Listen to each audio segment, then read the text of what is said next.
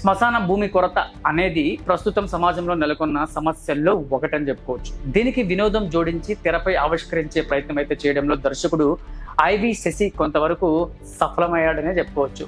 కథ వస్తువు చిన్నదైనప్పుడు దాని చుట్టూ అల్లుకునే సన్నివేశాలు సినిమాపై ప్రేక్షకుడికి ఆసక్తిని కలిగించేలా చేయాలన్నమాట.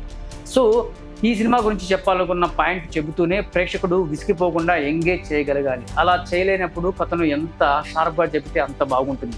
ఈ చిత్రంలో అదే లోపించింది.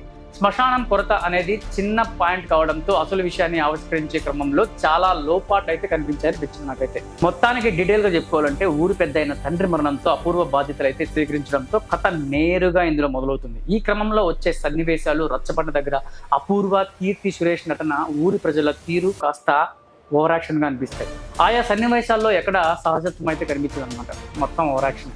వాటి ద్వారా హాస్యాన్ని పుట్టించే ప్రయత్నం చేసినా అది పెద్దగా వర్కౌట్ అవ్వలేదు. ఏదో ఫార్మాలిటీగా నవ్వుతాం అంతేగాని దేశం రజోకొని ఆ టైప్లో నవ్వుతారు అనమాట ప్రేక్షకులు.